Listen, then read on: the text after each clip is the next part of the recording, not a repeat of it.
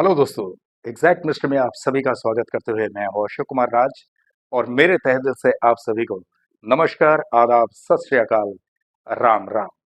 तो दोस्तों, मैं आशा करता हूं कि आप सभी कुशल मंगल है बाबा साईनाथ की कृपा से। और आज बहुत ही बेहतरीन एक साई लीला को लेकर आप लोगों के सामने हाजिर हूं। और ये कोई साधारण बातों के जैसे नहीं है, ये बहुत ही दिल दहला देने वाली बात है। आप लोग सुनेंगे तो आप लोग खुद ब खुद हैरान हो जाएंगे, दांतों तले उंगली दबाने के लिए मजबूर हो जाएंगे कि बाबा साईनाथ किस किस तरह से अपने भक्तों का साथ देते हैं और अपने भक्तों की रक्षा करते हैं। तो चलिए शुरू करता हूं आज बाबा साईनाथ की लीला। आज बाबा साईनाथ की लीला के बारे में जिन्होंने मुझे एक्सप्लेनेशन दिए हैं वो है पश्चिम बंगाल के हावड़ा में स्थित बगनान करके एक जगह है, उस बगनान से। और वो है हमारे साई परिवार की एक बहन। चलिए उनसे मैं परिचय करवा देता हूँ। ये देखिए, ये है हमारे साई परिवार की बहन। इनका नाम है मालती दास। और ये है तो पश्चिम बंगाल से, लेकिन फिलहाल वो रहते हैं चेन्नई में। और चेन्नई में उन लोग स्थायी निवासी भी है, क्योंकि उनका हस्बैंड जो है वहां पर सुनार का काम करते हैं। इनके दो बच्चे हैं, एक बेटी एक बेटा। बेटी बड़ी है और बेटा जो है, बेटा अभी 15 साल का है। अब बात यह है कि 2010 में इनका बेटा होने वाला था। और जब इनका बेटा होने वाला था वो भी चेन्नई में ही रहते हुए। तो चेन्नई में रहते हुए उनका बेटा होने वाला था, उस वक्त उनकी माता जी उनके पास आए थे उनका देख रेख करने के लिए, क्योंकि एक बड़े बुजुर्ग की जरूरत होती है जो महिलाओं में से है। तो ऐसे ही उनकी माताजी उनके साथ साथ में थे। पर ऐसा हुआ कि जब उनका बेटा उनके पेट में ही पल रहा था, ऐसे वक्त में डॉक्टर ने ये कहा था कि ये जो बच्चा है, ये बच्चे का वजन कुछ लिमिट से ज्यादा है और लगता है कि ये हम लोगों को सिजरिंग करना पड़ेगा, वरना इसका और कोई रास्ता नहीं है। लेकिन यहाँ पे एक इतनी खतरनाक बात ये थी कि हमारी मालती जी जो है, मालती बहन मालती बहन जो है एक शुगर पेशेंट है। और शुगर पेशेंट होने की वजह से डॉक्टर ने ये आशंका जताई कि अगर हम लोग इनका सीजरिंग किया तो फिर गारंटी देना मुश्किल हो जाएगा कि इन लोग बचेंगे या नहीं। हो सकता है कि बच्चा बच जाए, लेकिन मालती जी के लिए ये बताए कि इनके लिए हम कुछ गारंटी नहीं दे सकते हैं, क्योंकि बहुत ही खतरनाक मामला है। और ये साधारण डिलीवरी होना यानी नॉर्मल डिलीवरी होना बहुत ही मुश्किल दिख रहा है। अब ऐसे में बहुत ही गंभीर परिस्थिति के अंदर इन लोग सोच में डूब गए। इनके हस्बैंड हो, इनके माताजी हो, सारे के सारे लोग परेशान कि क्या करें। बच्चा तो हमें चाहिए, लेकिन जच्चा बच्चा दोनों के दोनों सही सलामत रहे, इसके लिए भगवान से प्रार्थना करने लगे। यानी जो भी इष्ट को वो मानते थे, उसी भगवान से प्रार्थना करने लगे कि सारा कुछ सही सलामत रहे। यानी इनकी माताजी जो है, इनकी माताजी भगवान को पुकारते रहे कि मेरी बेटी और मेरे आने वाले जो मेहमान हैं वो दोनों के दोनों सही सलामत रहे। बस वो तो प्रार्थना तो करने लगे, लेकिन जब उनका दर्द बढ़ गया और दर्द बढ़ने के बाद उनको हॉस्पिटलाइज्ड करना पड़ा। और हॉस्पिटलाइज्ड करने के बाद बस वहां पे डॉक्टरों का तो यही कहना कि सारा कुछ टेस्ट वगैरह रिपोर्ट निकलने के बाद उन लोग बहुत परेशान हो गए कि इसका रास्ता कैसे निकाला जाए कि दोनों के दोनों सुरक्षित बच जाएं, वरना हम सिर्फ और सिर्फ बच्चे को ही बचा सकते हैं। लेकिन मालती बहन के लिए स्ट्रेट वे बता दिए कि इनके लिए हम कुछ गारंटी नहीं दे सकते हैं। हालांकि उनके हस्बैंड से और उनकी माताजी से बॉन्ड भी साइन करवा लिए। अब ये बात जो है, ये सिर्फ और सिर्फ उनके हस्बैंड और उनकी माताजी को पता है, बाकी मालती जी को कुछ भी पता नहीं। लेकिन मालती जी को जब पता था, वो जब शुरुआत में चेक किए थे डॉक्टर ने, उस चेकअप के दौरान मालती बहन को मालूम पड़ा था। लेकिन इस बार जब वो हॉस्पिटलाइज हुए, उनका बहुत सारा चेकअप वगैरह वहां पे किया गया, बिकॉज शुगर पेशेंट है। और इसके लिए उन्हें कुछ बताया नहीं गया, इनके घर वालों को बताया गया और इनके घर वाले को जब बताया गया तब तो बहुत ही परेशान हो गए। इनका हस्बैंड जो है वो भी परेशान, इनकी माताजी रोती जा रही थी, वो हॉस्पिटल में ही थी। लेकिन बहुत सारे भीड़ वहाँ पे और भी कुछ इन लोगों के जान-पहचान, अड़ोस-पड़ोस के लोग भी वहाँ पर मौजूद थे और उसी बीच में इनकी माताजी, मालती बहन की माताजी, वो रोए जा रही थी और उनको रोते हुए देखकर पता नहीं कहाँ से एक औरत वहाँ पर आई और वो औरत आने के बाद वो औरत ने उनसे पूछे कि माताजी नमस्ते, क्या हुआ? आप इतना क्यों रो रहे हो? कौन है आपका पेशेंट यहाँ पे? तो उन्होंने कहा कि बेटा मेरी बेटी है, बस वो बच्चा होने के लिए यहाँ पे आए हैं, लेकिन वो शुगर पेशेंट है और डॉक्टर ने कहा कि बहुत प्रयास करेंगे हम दोनों को बचाने के लिए, वरना जो स्थिति है उसमें हुआ ये कि हमारे आने वाले मेहमान जो है वो लिमिट से कुछ ज़्यादा ही वज़नदार है। इसीलिए नॉर्मल डिलीवरी होना बहुत ही मुश्किल है जो डॉक्टर ने कहा है और इसके लिए उसे सिज़रिंग करना बेहद ज़रूरी है, वरना और कोई रास्ता नहीं है। और अगर सिज़रिंग करेंगे तो बेटी हमारी शुगर पेशेंट है, तो डॉक्टर लोग कहा कि उनको बचाना मुश्किल भी हो सकता है, हम लोग उसे बॉन्ड कर लिए। तब उस स्त्री ने कहा, "बिल्कुल आप फ़िक्र मत करो, सब कुछ सही हो जाएगा, नॉर्मल हो जाएगा। आप फ़िक्र क्यों करते हो?" ऐसे बहुत सारे डॉक्टर कहते हैं, लेकिन जब हो जाता है पूरा काम, तो सारे के सारे लोग खुश हो जाते हैं और ये तो भगवान के हाथ में है ना, आप तो भगवान पर विश्वास करते हैं। चलिए ठीक है, रोइए मत। बस आपका रोना देखकर मैं रुक गई, क्योंकि इस तरह का वाकया होते रहता है और जब कोई इंसान रोते हैं तो उनके बाजू में आकर पूछना, ये तो हमें बहुत खुशी होती है कि हमसे अगर कुछ भी अच्छा काम हो सके तो। तो इस तरह से बात करने के बाद उन्होंने उनसे कहा कि माता जी, मैं आपको एक चीज दे रही हूँ, बस इस चीज को आप तुरंत जाके किसी भी तरह से उनके जीभ में थोड़ा सा चखा देना। बस उसके बाद आप आराम से बैठे रहना बाहर और जो मैं आपको बोलूँगी बस वैसा करते रहना, मन ही मन आप बोलते रहना। तो उन्होंने कहा कि ठीक है बेटा। अब उन्होंने अपने बैग में से एक आधा पुड़िया यानी जो शिरडी में बाबा की भभूति मिलती है, तो पूरा पैकेट नहीं था, वो आधा पैकेट था, वो लपेट के रखे थे किसी कागज में। तो वो जो है, वो आधा पैकेट ही पूरा हमारे मालती बहन के मम्मी के हाथ पर दे दिए और उनसे कहा कि ओम साई नाथाय नमो, ओम साई नाथाय नमो। ये किसी को सुनाई ना दे, आप सिर्फ मन में इसको बोलते रहना और अगर भूल जाते हैं तो साई साई साई साई ये आप मन में बोलते रहिए जब तक कि आपकी बेटी की डिलीवरी नहीं हो जाती है। ठीक है, याद रखना। और ये जो मैं दे रही हूँ, किसी भी तरह से आप डॉक्टर से परमिशन लेके उन तक पहुंचिए और उनके पास पहुंचने के बाद साई साई करते हुए उनके जीभ में चखा देना।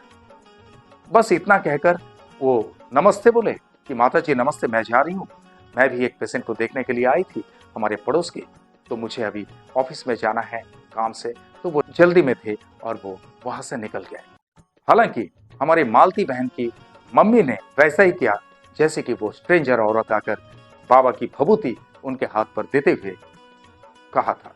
उन्होंने तुरंत अंदर जाके डॉक्टर से परमिशन लिए और परमिशन लेने के बाद उनकी बेटी तक पहुंचे यानी मालती बहन तक पहुंचे और मालती बहन की सुबह पे थोड़ा सा वो भभूति चखा दिए और बाकी के भभूति वो संभाल कर अपने हाथ में रख लिए और मन में साई साई साई साई करते रहे। लेकिन बहुत ही पीड़ादायक था उनका ये मामला। वो कतरा रहे थे, लेकिन डॉक्टर जब तक कुछ हाथ नहीं बढ़ाएंगे तब तक तो कुछ काम होना मुश्किल है यहाँ पे, बिकॉज वो डॉक्टर के निगरानी में है। लेकिन यहाँ पर एक ऐसा ट्विस्ट हो गया कि कम से कम 2-2.5 घंटा इस तरह से उनका चेकअप वगैरह सब निकलते हुए टाइम हो गया। अब क्या है कि उससे पहले हमारी मालती बहन की माताजी ने उस स्ट्रेंजर स्त्री के हाथ से दिया हुआ वो भभूति उनके जुबान पर चखा दिए थे और 2-2.5 घंटा हो जाने के बाद उन्हें बहुत ज्यादा ही दर्द होने लगी और जब बहुत ज्यादा दर्द होने लगी तब उनके पास 2-4 नर्स आकर उनका देख रेख करने लगे और जब उनका देख रेख करने लगे तब उन लोग बहुत ही ताज्जुब हो गए कि ऑटोमेटिकली ऐसा लगा उन लोगों को कि ये तो नॉर्मल डिलीवरी के लिए बिल्कुल प्रस्तुत है और नॉर्मल डिलीवरी अब लगता है कि होने वाली है। हालांकि हुआ भी ऐसा, उन लोगों ने डॉक्टर से सलाह की है और डॉक्टर से कहा कि इनका लगता है कि नॉर्मल डिलीवरी हो जाएगी। तो सर, आप हमें इजाजत दें कि हम उनके साथ साथ रहें और उनकी पूरी देखरेख करते हुए हम उस बच्चे का डिलीवरी कर सकें।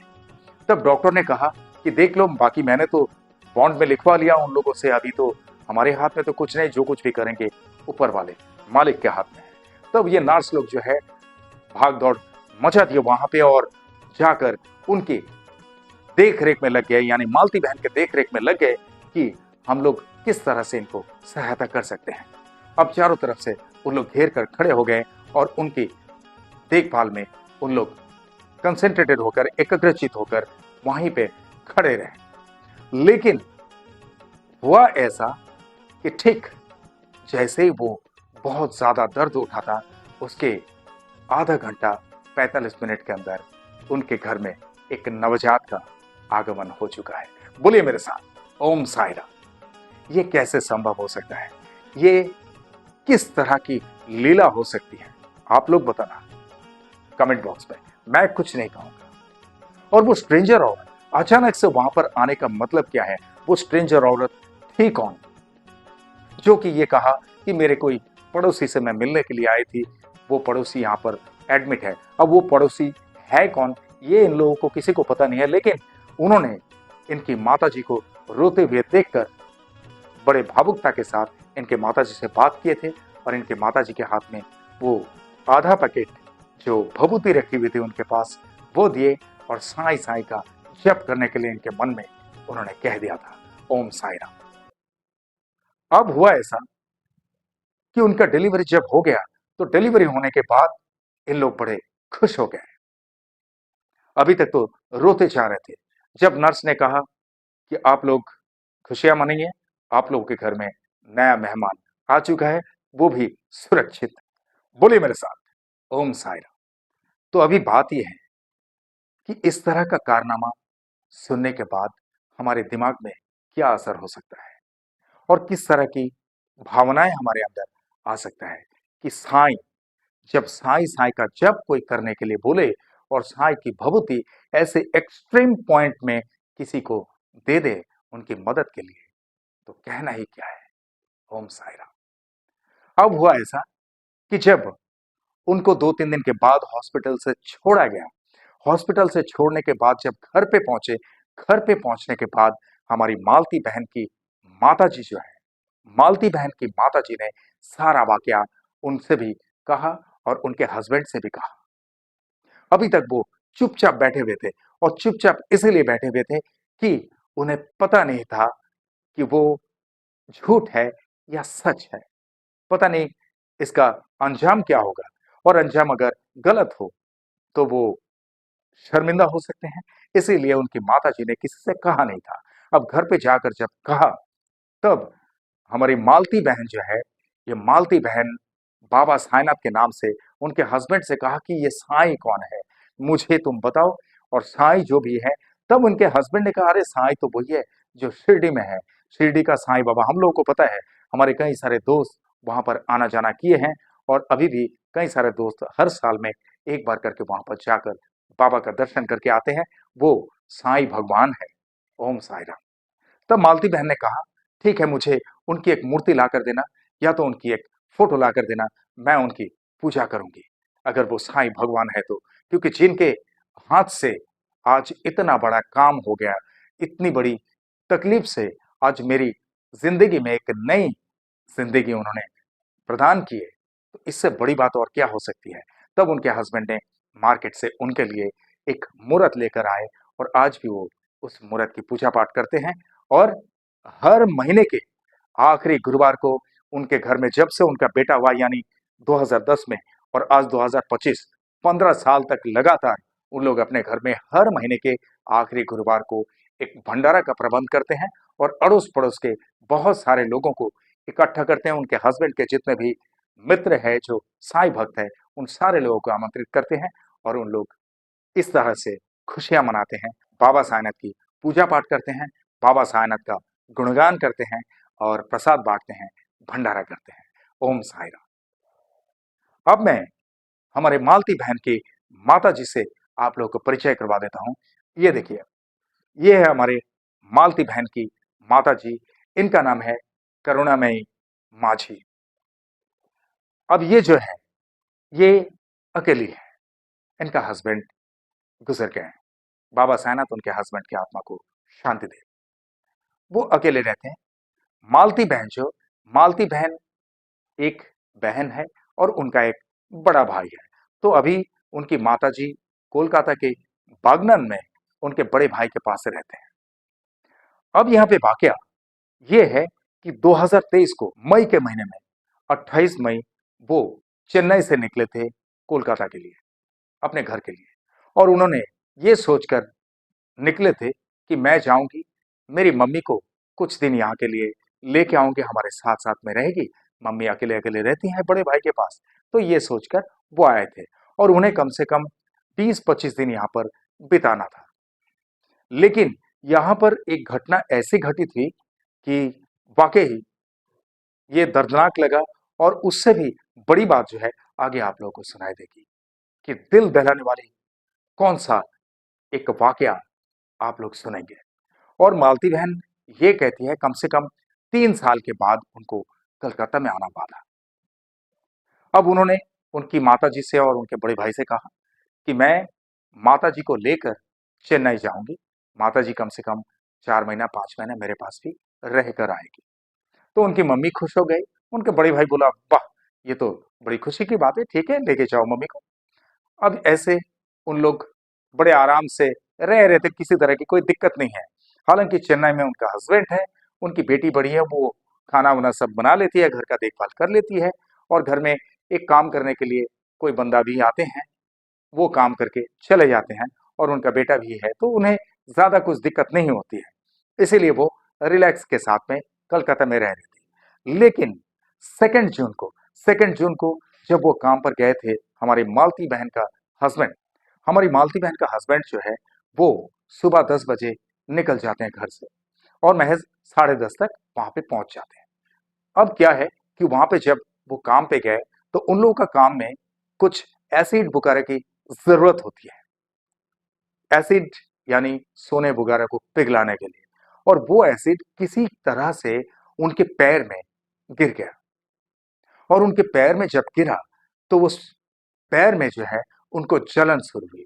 और जलन जैसे शुरू हुई, तो उनके कुछ कॉलीग्स उनको पकड़ के तुरंत हॉस्पिटल में जाकर एडमिट करवा दिए। डॉक्टर ने कहा कि इन्हें एडमिट तो करना ही पड़ेगा, वरना बहुत तकलीफ में आ जाएंगे। और घुटने से लेके घुटने के नीचे तक पूरा जो है एसिड से वो भीग गया था उनका कपड़ा। जो वो कपड़े पहने हुए थे, वो कपड़ा तो धीरे धीरे कागज की तरह उड़ने लगे। और उनका पैर जो है पूरी तरह से वो जकड़ में आ गया था एसिड के। अब एसिड का घाव कैसा होता है, जिन लोगों ने देखे होंगे उन्हें तो पता है। और डॉक्टर ने उनसे कहा कि ये बहुत ही सेंसिटिव मामला है, लेकिन इसमें कोई पुलिस केस वगैरह करना पड़ेगा, या तो तब उनके कॉलीग लोग कहा कि हम लोग सुनार का काम करते हैं, हम गारंटी लेते हैं, इसके लिए कोई दिक्कत की बात नहीं है, हमारा एसिड से काम धाम चलता है, हमारे सोने को पिघलाने के लिए और बहुत सारा काम होता है। तो इसीलिए वो निकलने गए थे और उनके पैर में गिर गया, सर कोई बात नहीं। तब डॉक्टर को उन्होंने तसल्ली दिया और डॉक्टर ने उनका इलाज शुरू किया। और डॉक्टर ने जब इलाज शुरू किए, तब उनके कॉलीग्स जो है उनके मिसेस को फोन करके बताए ऐसी ऐसी बात है और आप भी इनसे थोड़ा सा बात कर लो। तब उनके हस्बैंड से भी बात करवाए और उनके हस्बैंड ने कहा कि देखो तुम आराम से रहो, कोई दिक्कत नहीं, तुम मम्मी को लेकर आराम से आ जाना, मुझे ज्यादा कोई दिक्कत नहीं है। मेरे दोस्त लोग मेरे साथ में हैं, उन लोगों ने मुझे हॉस्पिटल में डाले और उन लोग मेरे घर पे भी खबर करेंगे, मेरी बेटी को और बेटा को एक एक बार लाएंगे और मुझसे मिलाएंगे। तो उन लोग भी जब मुझे देखेंगे, तो उन लोग ज्यादा चिंतित नहीं होंगे। हालांकि ये ऐसी कोई बात नहीं है, बस कुछ दिन समय लगेगा, मुझे हॉस्पिटल में रहना पड़ेगा, यही बात है। लेकिन मालती बहन मालती बहन अपने हस्बैंड से इतना प्यार करते हैं कि वो ये वाकया सुनने के बाद उनसे कहा कि आप बिल्कुल चिंतित मत हो, बस मैं कल शाम तक या परसों तक किसी भी तरह से आने की कोशिश करती हूं, चाहे कुछ भी हो जाए। अब 2 जून उनसे जब बात हो रही है, वो बात हो रही है 11:30-12 बजे करीब, यानी मॉर्निंग 11:30 से दोपहर के 12 बजे के बीच हमारी मालती बहन से ये बात हुई। और मालती बहन यहाँ पे बहुत चिंतित हो गए, बहुत परेशान हो गए, और परेशानी के साथ उन्होंने अपने बड़े भाई से कहा कि भैया, मुझे रुकने के लिए तो दिल कर रहा था कि 20-25 दिन मैं रुक के जाऊं, लेकिन अभी रुकने के लिए कोई रास्ता नहीं है। उन्होंने पूरा वाकया बताए उनके भाई साहब को, उनकी मम्मी को। तो उनकी मम्मी बोले, तो ठीक है बेटी, एक काम कर, तू अभी निकल जा, मैं नेक्स्ट टाइम जाऊंगी। तब उन्होंने कहा कि नहीं मम्मी, कोई दिक्कत की बात नहीं, आप मेरे साथ में ही चलोगे, भले हमें करंट टिकट लेकर जाना पड़े, क्योंकि हस्बैंड की इस तरह की अगर तकलीफ है, उनका देखभाल कौन करेगा? उनके कॉलीग्स के ऊपर क्या भरोसा है? उन लोग तो सब काम-काज के इंसान हैं, उन लोग के पास इतना समय नहीं है, और बच्चे हमारे छोटे-छोटे हैं, मुझे वहाँ पहुँचना ज़रूरी है, चलो तुम भी चलो, तुमको मैं लेके चलती हूँ, कोई दिक्कत नहीं होगी। अब उन लोग घर से तो निकल गए, उनके भाई भी बोले कि ठीक है, तुम्हारा जाना ज़रूरी है, बाद में कभी जब मम्मी को पहुँचाने के लिए आओगे, तब यहाँ पे कम से कम 1 डेढ़ महीना रुक जाना, या जब तक तुम्हारा दिल करे, तब तक रुक जाना। अब वो घर से निकले, उन्हें ट्रेन में बैठना है, कौन-सी ट्रेन? जो कोरोमंडल एक्सप्रेस है। अब कोरोमंडल एक्सप्रेस के लिए उनके बड़े भाई ने उनको जब सी ऑफ करने के लिए आए थे स्टेशन में, तो उन्होंने करंट टिकट उन लोगों के लिए ला कर दिए, और अपने लिए प्लेटफॉर्म टिकट भी लिए थे। तो करंट टिकट जब उनके हाथ में ला कर दिए, अब ट्रेन आने में कम से कम 1 डेढ़ घंटा टाइम था, क्योंकि लोग करंट टिकट में जाएंगे, इसीलिए बहुत पहले से यानी एडवांस टाइम जाकर स्टेशन में रुक गए कि बूढ़ी मम्मी को भी लेके जा रहे हैं, और एक घर में इस तरह से तकलीफ हो गई, इस तकलीफ से जा रहे हैं, तो उन लोग थोड़ा जल्दी से जाएं, अभी कंफर्म टिकट तो मिलना बड़ी मुश्किल है। अब करंट टिकट में निकलने के लिए करंट टिकट उनके बड़े भाई ने लेकर आए। अब उन लोग बैठे बैठे वहां पर बातचीत तो बहुत अच्छी तरह से कर रहे थे, लेकिन अचानक से हमारी मालती बहन के सर पे बहुत तेज चक्कर आना शुरू हुआ, और बहुत तेज चक्कर जब आया, तो चक्कर आने के बाद उनके भाई से कहा कि मुझे कुछ दिखाई नहीं दे रही है, भाई मुझे पकड़ लो। तो उनके भाई ने उनको पकड़ कर बिठा के रखे। अब वो तो बेसुध जैसे हो गए, लेकिन बेसुध होने के बाद उनके मुंह में पानी का छिड़काव किया, और पानी का छिड़काव करने के बाद वो होश में तो आए, लेकिन होश में जैसे ही आए, उसी वक्त तुरंत उन्होंने उल्टी कर दिया, और इतनी उल्टी हुई, उल्टी होने के बाद उनका शरीर जो है और चलने लायक नहीं, पूरा शरीर थरथरा रहा था। अब ये नजारा जब इनके बड़े भाई ने देखे, तो बड़े भाई ने कहा कि बहन, एक काम करो, तुम्हारे हस्बैंड ने तो कुछ कहा नहीं ना तुमसे कि इमरजेंसी में आना ही पड़ेगा? तुम एक काम करो, ये टिकट को जैसे भी हो, चाहे ये पैसा लॉस भी जाए, मम्मी को लेकर और तुम्हें लेकर मैं घर पे जा रहा हूं, तुम घर पे ही रहो, अभी आराम करो, वरना रास्ते के लिए इतनी दूर जाओगे, टिकट भी कंफर्म नहीं है, करंट टिकट में पता नहीं तुम्हारा कैसी स्थिति रहेगी। तो ये सारी बात मालती बहन से कहने लगे उनका बड़ा भाई, और उनकी मम्मी भी इसमें सहमति दिए। बोले हाँ बेटी, एक काम कर, तेरे हस्बैंड से तो जब बात हुई तुझे, उन्होंने तो कुछ कहा नहीं, तो चिंता की बात क्या है, चल घर पे चल, इस स्थिति में निकलना ठीक नहीं है, और मैं तो बूढ़ी इंसान हूं, मैं मेरी कहाँ ताकत है कि मैं तुझे संभाल पाऊं या कुछ करूं, चल घर पे चल। अब हुआ क्या कि करंट टिकट जो है, करंट टिकट वापिस होना बड़ी मुश्किल है। उनके बड़े भाई ने वहां पर खड़े रह के कोरमंडल एक्सप्रेस के कोई भी पैसेंजर अगर मिल जाए करंट टिकट के लिए, उसके लिए थोड़ी देर वेट किया, आधा घंटे तक, लेकिन कोई पैसेंजर्स उन्हें मिला नहीं। बट वो टिकट ऐसा कि वैसा ही रह गया, वो पैसा लॉस गया, लेकिन इन लोग घर पे वापिस चले गए, यानी मालती बहन उनकी मम्मी को लेकर उनके बड़े भाई के साथ फिर से बागनान में उनके घर में वापिस हो गए। और वापिस जब गए, तो घर पे जाने के बाद तुरंत हमारी मालती बहन आराम करने लगे। उनके बड़े भाई ने, उनके भाभी ने कहा कि आप बिल्कुल आराम करो, किसी तरह की कोई दिक्कत नहीं। उन्हें बहुत अच्छे तरीके से नींबू पानी वगैरह बनाकर पिलाए, और वो आराम कर रहे थे। अब उनको एक ही टेंशन है कि मेरा हस्बैंड हॉस्पिटलाइज्ड है, और हॉस्पिटल में वो एडमिट है, अब क्या करें? इन्होंने बाबा साईनाथ से कह दिया, यानी मालती बहन ने बाबा साईनाथ से कह दिया कि बाबा, तुम उनका देखभाल करना, बच्चे हमारे छोटे छोटे हैं, मैं तो निकलने की कोशिश की थी, लेकिन इस तरह से तकलीफ हो गई, मुझे समझ भी नहीं आ रहा है बाबा, ये क्या है? बस आपके ऊपर है, आप उनका देख रेख करना, मैं जैसे ही स्वस्थ हो जाती हूँ तो मम्मी को लेकर फिर से मैं निकलूंगी, लेकिन अब की बार जब निकलूंगी तो कंफर्म टिकट करके ही निकलूंगी, ताकि किसी तरह से कुछ तकलीफ भी हो तो मैं ट्रेन में बैठते ही मैं ट्रेन में अपने सीट पर सोकर भी जा सकती हूँ, पहुंच सकती हूँ। ओम साई राम। अब हुआ क्या, वही ट्रेन जिस ट्रेन में मालती बहन अपनी मम्मी को लेकर चेन्नई के लिए रवाना होने वाली थी, वही ट्रेन जब वहां से निकल के बालासोर तक पहुंचे और बालासोर के पास पहुंच के वो ट्रेन हादसे का शिकार हो गया। बोले मेरे साथ ओम साई राम। जब ये घटना हमारी मालती बहन और उनके पूरे घर वालों को सुनाई दिया, तब वो तो बाबा साईनाथ का नाम ले लेकर रोने लगे वो, कि बाबा क्या कमाल है तुम्हारा कि तुम अपने भक्तों को इस तरह से रोकते हो, इस तरह से कस कर रखते हो कि भक्त एक कदम भी अपने हिसाब से ना निकल पाए। बोले मेरे साथ ओम साई राम। अब जो है उनकी माता जी, उनका बड़ा भाई, उनकी बड़ी भाभी, वो सारे के सारे परेशान। बहन तुम साईं बाबा को मानते हो ना, बस ये साईं बाबा ने तुम्हें बचा लिया, तुम्हें और मम्मी को बचा लिया, ना जाने क्या हो जाता। हो सकता है तुम ना तो चेन्नई पहुंच सकते, ना यहां पहुंच सकते। अब ये वाकया पता चल रहा है कि ये सारा कुछ कारनामा तुम्हारे साईनाथ का है, क्योंकि तुम बाबा साईनाथ को मानते हो ना, और मम्मी भी बाबा साईनाथ को मानती है, क्योंकि मम्मी के हाथ में वो स्ट्रेंजर औरत हॉस्पिटल में तुम्हारे लिए भभूति देकर गए थे और साईं साईं जपने के लिए बोले थे। बोले मेरे साथ ओम साई राम। और दोस्तों आप लोगों को दिखा दूं, ये जो है देखिए कि बालासोर में किस तरह से वो कोरोमंडल एक्सप्रेस और बेंगलोर की यशवंतपुर से आने वाले हावड़ा की तरफ एक ट्रेन थी, और वहां पर एक मालगाड़ी भी खड़ी थी, और ये तीनों ट्रेन का एक साथ में जब एक्सीडेंट हुआ था, एक बहुत ही भयंकर एक्सीडेंट था। ये तो पूरी दुनिया वाले को मालूम है, हम लोगों को भी मालूम है।